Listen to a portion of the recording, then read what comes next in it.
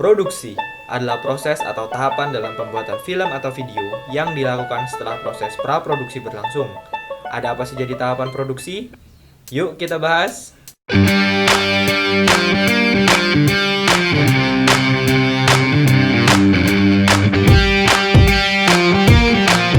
Halo, kembali lagi di Talk Multimedia. Sesuai dengan opening tadi, saya bakal melanjutkan pembahasan yang kemarin. Kemarin kan sudah ada praproduksi. Nah, berarti dilanjutkan ke tahapan produksinya.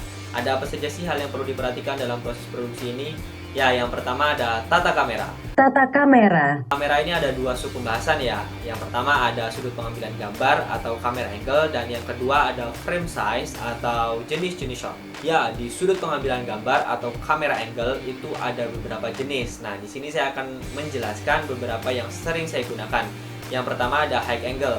Nah, fungsi high angle ini biasanya digunakan untuk mengambil adegan subjek yang terlihat terintimidasi, lemah, dan kecil. Nah, biasanya kamera diletakkan di atas dan mengekspos dari si karakter atau si subjek tersebut. Nah, yang kedua ada low angle. Nah, low angle ini kebalikan dari high angle. Kalau high angle kan untuk menunjukkan si karakter ini terlihat terintimidasi. Nah, kalau low angle ini menggambarkan si karakter itu terlihat gagah, pemberani. Nah, biasanya digunakan untuk adegan-adegan superhero, adegan-adegan pahlawan. Nah, biasanya menggunakan tipe low angle ini. Nah, ini meletakkan kamera di bawah atau lebih rendah daripada si subjek. Berikutnya ada frog eye angle. Nah, frog eye angle ya sesuai lah dengan namanya, frog yaitu katak. Nah, jadi kamera diletakkan di bawah sesuai dengan garis tanah atau garis dasar dari si objek. Nah, ini biasanya digunakan untuk adegan-adegan saat berjalan, berlari, atau memulai suatu perjalanan, biasanya menggunakan tipe angle ini. Berikutnya ada eye level. Nah, ini tipe angle yang sering saya gunakan untuk saat ini ya. Nah, seperti ini nih, ini eye level di mana kamera itu sejajar dengan garis mata saya. Nah, ini gunanya untuk menunjukkan bahwa saya dan penonton itu sejajar. Dan yang terakhir ada over the shoulder. Over the shoulder ini biasanya digunakan untuk adegan-adegan dialog, yaitu adegan-adegan two shot, di mana karakter sedang melakukan percakapan dengan lawan bicaranya dan kamera diletakkan di belakang bahu dari lawan bicara si karakter. So, pembahasan berikutnya yaitu frame size. Nah, di frame size atau tipe-tipe shot ini itu berfungsi untuk komposisi dari frame ya. Jadi, seberapa padat atau komposisi yang akan dimasukkan ke dalam frame.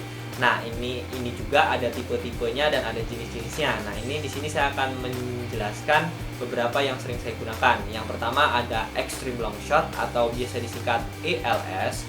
Nah, ini biasanya menggambarkan subjek itu terlihat kecil dan dimensi dari si background itu terlihat luas. Berikutnya yaitu long shot. Nah, komposisi dari frame size ini itu biasanya menggambarkan si objek itu terlihat dari bagian kepala hingga ujung kakinya dan menggambarkan latar tempat dari si objek itu berada. Berikutnya yaitu medium long shot. Bicara gampangnya, medium long shot ini seperempat dari long shot tadi. Ya, tujuannya untuk memberikan kesan padat pada gambar. Berikutnya yaitu medium shot. Nah, shot ini biasa digunakan untuk manusia ya atau subjek. Nah, biasanya menggambarkan dari bagian tangan sampai bagian kepala. Nah, tujuannya untuk memperlihatkan emosi secara keseluruhan dari si subjek. Berikutnya yaitu medium close up. Nah, di medium close up ini frame size-nya biasanya menggambarkan setengah porsi dari si subjek dan si latar. Berikutnya yaitu close up. Nah, pengambilan gambar secara close up ini biasanya dari bagian leher hingga bagian kepala ya. Nah, ini tujuannya untuk memperlihatkan emosi dari si subjek tersebut. Dan yang terakhir ada big close up.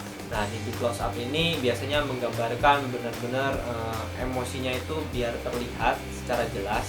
Di big close up ini juga biasanya frame size-nya itu tuh penuh, full, padat. Bagian-bagian yang di-highlight itu biasanya bagian mata atau bagian bibir. Nah, itu tadi pembahasan tentang tata kamera ya. Udah ada dua sub pembahasan. Ada mulai dari kamera angle atau sudut pengambilan gambar dan frame size atau tipe-tipe shot. Nah, kita lanjut nih ke tata-tata yang lainnya. Nah, berikutnya ini ada tata setting.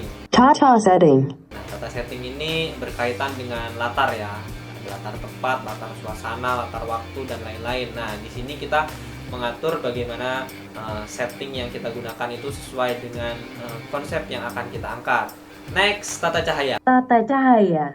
Nah, di tata cahaya ini kalian mulai menata tuh lighting-lighting yang akan kalian pakai, yang kira-kira mendukung. Kalau di lighting kan ada key light, fill light, backlight. Nah, itu apa saja yang akan kalian gunakan yang sesuai dengan konsep video yang akan kalian buat. Dan kalau bisa highlight dan shadow-nya tentu harus ciamik ya. Next, tata kostum. Tata kostum. Nah, di tata kostum ini tentunya nggak jauh-jauh dari pakaian atau aksesorisnya.